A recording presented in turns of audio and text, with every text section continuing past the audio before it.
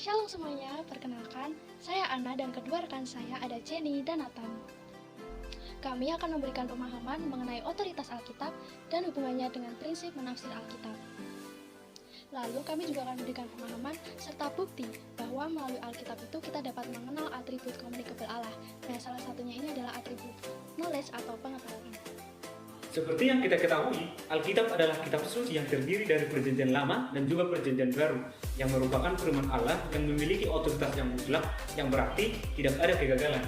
Kita juga perlu mengetahui bahwa otoritas Alkitab ialah penegasan kembali bahwa Alkitab adalah firman Tuhan yang langsung diwahyukan oleh Allah dan sepenuhnya berisi kebenaran, sehingga Alkitab memiliki otoritas tertinggi meskipun ditulis melalui tangan manusia. Kata-kata yang terdapat dalam Alkitab itu bisa membuktikan dirinya sendiri, dan Alkitablah yang memegang otoritas tertinggi tanpa perlu membandingkan dengan otoritas lainnya. Allah dan Alkitab adalah satu kesatuan yang tidak akan dapat dipisahkan.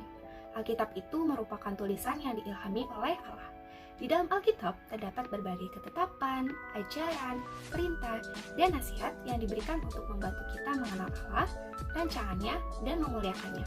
Tahu gak sih teman-teman, faktanya itu ketika kita membaca Alkitab, Roh Kudus berbicara di dalam hati kita dan memberikan kita jaminan bahwa yang kita baca ini adalah kata-kata dari Allah yang berbicara kepada kita.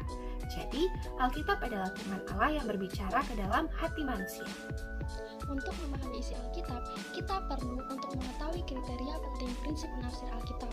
Nah, salah satunya adalah dengan percaya sungguh bahwa Alkitab itu adalah firman Allah, seperti yang ada tertulis pada 2 Timotius 3 ayat 16. Alkitab harus dilihat oleh seseorang sebagai otoritas, karena Alkitab memiliki teori pengilhamannya sendiri, di mana Alkitab tidak akan mempunyai kesalahan. Dengan menerima ajaran tentang otoritas Alkitab ini, maka seharusnya kita bisa loh untuk membaca Alkitab dengan sikap percaya, hormat, dan bersungguh-sungguh.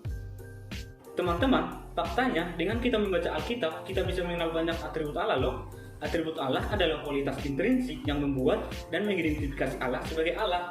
Atribut Allah itu ada yang bersifat communicable, yang berarti sebagian besar ia memberikan potensinya pada manusia, tapi kita tidak akan sempurna untuk memilikinya. Salah satunya adalah knowledge atau pengetahuan. Knowledge itu sendiri adalah bagian dari atribut Allah, di mana Allah mengetahui dirinya secara sempurna dan mengetahui segala sesuatu, baik yang sederhana maupun kompleks.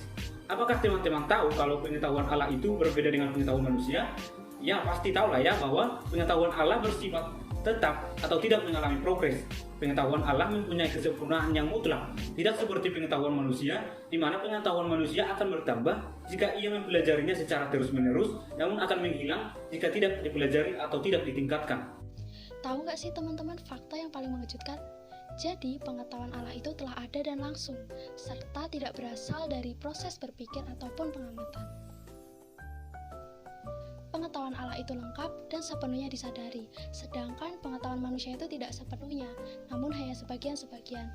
Pengetahuan manusia terkadang tidak mudah dimengerti dan juga seringkali gagal. Pengetahuan Allah itu bukan saja sempurna dalam jenisnya, tetapi juga sempurna dalam keadaannya. Inilah yang disebut dengan Maha Tahu atau Omniscience. Allah tidak melihat apa yang hanya ada di depan mata, tetapi Ia melihat hati kita juga.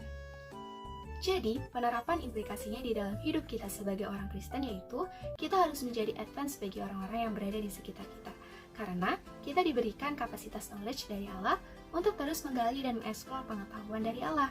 Kita tidak boleh malas untuk terus menggali pengetahuan yang telah Tuhan berikan. Kita juga tidak boleh menjadi manusia yang hanya jago pandang. Kita tidak boleh malas dalam membaca Alkitab. Karena jika kita malas, artinya kita mengkhianati potensi pengetahuan yang telah Tuhan berikan. Tetapi, jika kita mengerti isi Alkitab dengan baik, kita juga tidak boleh merasa hebat atau tinggi hati. Melainkan, kita harus tetap rendah hati dan menggunakan pengetahuan yang telah Tuhan anugerahkan itu untuk membantu dan menolong sesama kita untuk semakin mengenal Tuhan.